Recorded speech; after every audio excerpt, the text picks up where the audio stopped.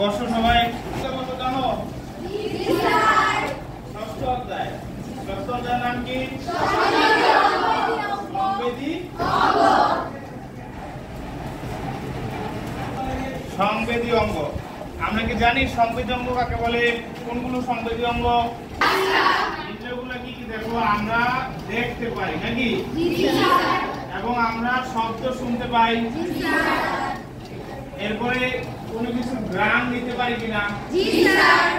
আর কি আছে? আমরা স্বাদ গ্রহণ করতে পারি এবং স্পর্শ অনুভব করি নাকি? অনুভব করি। এই যে পাঁচটা কাজ, এগুলোকে বলা হয় পঞ্চেন্দ্রিয়। কি বলা হয়? এই কাজগুলো করা হয়, ওই অঙ্গগুলাই হচ্ছে সংবেদী অঙ্গ। তাহলে কেউ কি দু একটা সংবেদী অঙ্গের নাম বলতে পারবা?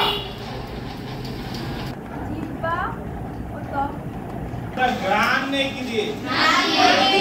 কি সংবেদী অঙ্গ। তারপর স্বাদ গ্রহণ করি জিহ্বার সংবেদী অঙ্গ। এবং আমাদের শরীরের ত্বক, এই ত্বকের মাধ্যমে আমরা স্পর্শ অনুভব করতে পারি নাকি? ত্বক কি সংবেদী অঙ্গ। আমরা আজকে সংবেদী অঙ্গগুলোর মধ্যে এটা থেকে আমরা ধরে ধরে সম্পূর্ণ অংশগুলো দেখবো এবং ফলে তোমরা পাইবা যে আমাদের চোখটা অক্ষিপটলের সংযুক্ত আছে 6টা পেশির মাধ্যমে। কয়টা? 6টা পেশির মাধ্যমে সংযুক্ত আছে। এবং এই অক্ষিপটলের পরে দেখো চোখের সবচেয়ে বাইরের অংশগুলো কি? আমরা চোখ যেগুলো দিয়ে ঢাকা থাকে সেটা কি? আমরা ঘুমাইলে চোখ ঢাকা থাকে এবং আমরা এটা দিয়ে ইচ্ছে মতো চোখ বন্ধ এখন করতে পারি। এটা কি? চোখের পাতা। দেখো প্রথম অংশ কি দেওয়া আছে? বই পৃষ্ঠাতে চোখের এর ভিতরে একটা পাতলা স্বচ্ছ পর্দা আছে। কি? স্বচ্ছ একটা পাতলা পর্দা আছে। এবং এটা এখানে কি লেখা? পাতা খুলে চোখের যে অংশটুকু আমরা দেখতে পাই সেই অংশটুকু একটা পাতলা পর্দা দিয়ে ঢাকা থাকে। এটা তো যেহেতু স্বচ্ছ পাতলা পর্দা, এটা কি খালি চোখে দেখা যাবে না, কিন্তু একটা পাতলা পর্দা কি এখানে আছে। এটার নাম কি? কনজাংটিভা। এবং মাঝে মাঝে নানান কারণে এই কনজাংটিভাতে সংক্রমণ হয়, তখন ওইটাকে কি বলে? আমরা কনজাংটিভাইটিস রোগ বলে নাকি? এবং বাংলায় এটা একটা নাম আছে, কেউ বলতে পারবা? চোখ ওঠা। এটাকে কি বলে? চোখ ওঠা। এরপর দেখো অক্ষিগোলকের প্রথম অংশ হচ্ছে স্ক্লেরা। দেখো অক্ষিগোলকের বাইরের সাদা অংশটুকু, এই যে এটা যদি আমাদের অক্ষিগোলক, এটা হচ্ছে চোখের মডেলই না।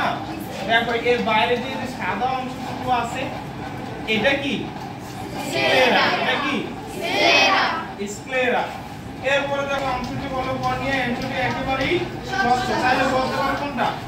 এই যে এই অংশটা আমাদের চোখ তোমরা অনুমান করতে পারতেছো তো সবার কাছেই চোখের ছবিটা ভাইসা উঠতেছে। দেখো এই অংশটা কি থাকে? স্বচ্ছ থাকে। এটা কি বলে? কর্নিয়া। দেখো কর্নিয়ার মধ্যে রয়েছে করয়েড। স্ক্লেরার স্তরের নিচের স্তরটি করয়েড। এটা একটা ঘন রঞ্জিত পর্দার স্তর। এখানে বহু রক্তনালী প্রবেশ করে। এটা একটু স্পষ্ট হবে। দেখো পরের অংশটুকু করলে আইরিস। দেখো তোমরা যদি অনেক সময় অন্ধকার রুম থেকে হঠাৎ করে বাইরে আলোতে যাও, তখন কি স্পষ্টভাবে দেখা যায় নাকি অস্পষ্ট থাকে? আলোগুলো চোখে যেমন কি আঘাত করে এরকম লাগে না? আবার বাইরে থেকে যদি হঠাৎ করে একটা অন্ধকার রুমে বা কম আলোর রুমে আসে, তখন কি হয়? তত ভালো দেখা যায় না। কিন্তু এটা কি স্থায়ীভাবে থাকে? অংশ আছে। এই অংশগুলো একটা পর্যায়ে যখন আমরা সাধারণ আলোতে থাকি তখন স্বাভাবিক আলো প্রবেশ করে এবং আলো প্রবেশ করতে পারে। যখন আমরা উজ্জ্বল আলোতে অতি রৌদ্রের মধ্যে চলে যাই তখন এটার ভিতর দিয়ে অনেক বেশি আলো চোখে প্রবেশ করে, তা আমরা স্পষ্ট দেখি নাকি?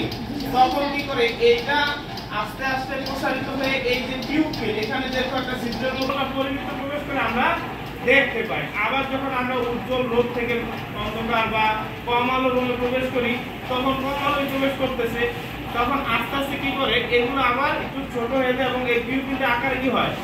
বড় হয়। তখন বেশি আলো প্রবেশ করতে পারে। আর বেশি আলো প্রবেশ করলে কি আমরা আবার নিপুণ দেখতে পাই নাকি? এরপরে দেখো তোমাদের বইয়ে এর পরের অংশটা কি আছে বলো? টিউবফিলের পরে কি আছে? টিউবফিলের পরে কি আছে? আমরা যদি এটা খুলে নেই, দেখো এখানে স্পষ্ট দেখা যায়। এখানে একটা কি উত্তল লেখা আছে, দ্বিউত্তল একটা লেন্স আছে এখানে আমাদের চোখের ভিতরে, এটা আছে নাকি? এই যে দ্বিউত্তল লেন্সের মধ্যে দিয়ে কি আলো চোখের ভিতরে প্রবেশ করে। এই দ্বিউত্তল লেন্সটা দেখো এখান থেকে আলোটা পিছনে যায়, এরপরে দেখো পিছনে এই যে একটা দেখো পর্দার মতো আছে এই পাশে, ওই লেন্সের ভিতরে আলোটা যখন পিছনে আসে এই পর্দার মধ্যে পড়ে এবং এখানে একটা প্রতিবিম্বের সৃষ্টি হয়। যেমন তোমাদের বাড়িতে তোমরা যে দর্পণের মধ্যে চেহারা দেখো ওটার মধ্যে তোমাদের প্রতিবিম্ব সৃষ্টি হয়, এটার মধ্যে কি হয় একটা প্রতিবিম্বের সৃষ্টি হয়। এবং এখানে দেখো রড ও কোণ নামে দুই ধরনের কোষ আছে। এই কোষ মাধ্যমে স্নায়ুর মাধ্যমে এটা আমাদের মস্তিষ্কের সাথে সংযুক্ত আছে। তাহলে তোমরা এই চোখের বিভিন্ন অংশগুলো বুঝতে পারছো কিনা? এরপর দেখো পরের পেজে যাও। এবং এটা আমাদের শরীরে অত্যন্ত প্রয়োজনীয় একটি অঙ্গ। আমরা যদি ঠিক মতো না দেখতে পারি, একবার চিন্তা করে পৃথিবীর আলো যদি আমরা না দেখতে পারতাম, এত সুন্দর একটা আমাদের নানা রকম এই যে ময়লা ধুলাবালি যায়। কারণ ঘুম থেকে উঠে বাইরে থেকে এসে, ঘুম থেকে উঠে অথবা বাইরে থেকে এসে আসার পর অবশ্যই পরিষ্কার পানি দিয়ে ধুয়ে চোখ পরিষ্কার করা। আমরা চোখ পরিষ্কার করব এবং ওই পানিটা কি হইতে হবে? ময়লা পানি দিয়ে চোখ পরিষ্কার করে লাভ আছে? তখন এর মধ্যে কি হবে? ময়লা পানি দিয়ে চোখ পরিষ্কার করে এতে আমাদের চোখের ভিতরে আর ময়লা প্রবেশ করবে। তো আমরা যে পানি দিয়ে পরিষ্কার করব চোখ, ওই পানিটা অবশ্যই কি পরিষ্কার হতে হবে। 2 নাম্বার দেখো, চোখ মোছার জন্য পরিষ্কার কাপড় ব্যবহার করা। আমরা যে কাপড় দিয়ে চোখ মুছবো ওইটা অপরিষ্কার হলে উল্টা চোখের ভিতরে আরো ময়লা প্রবেশ করবে নাকি? তো চোখ মোছার জন্য অবশ্যই কি কাপড় ব্যবহার করতে হবে? পরিষ্কার কাপড় ব্যবহার করতে হবে।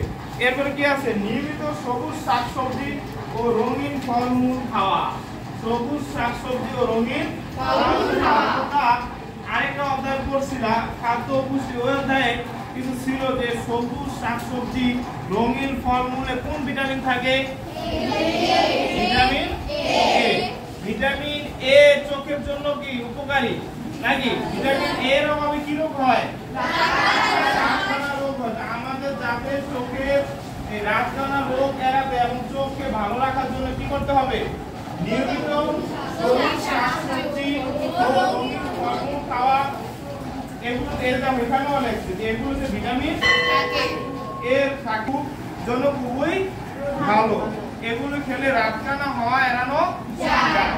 আচ্ছা, যেহেতু ঘন্টা পড়ে গেছে এবং এগুলো পড়বা, এবং সবচেয়ে ইম্পর্টেন্ট হয়েছে চোখের যত্ন কিভাবে নিবা, এটার উপরে সবাই একটা করে অ্যাসাইনমেন্ট তৈরি করে নিয়ে আসবা। চোখের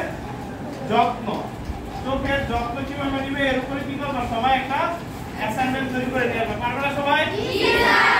আচ্ছা, ভালো থাকবে।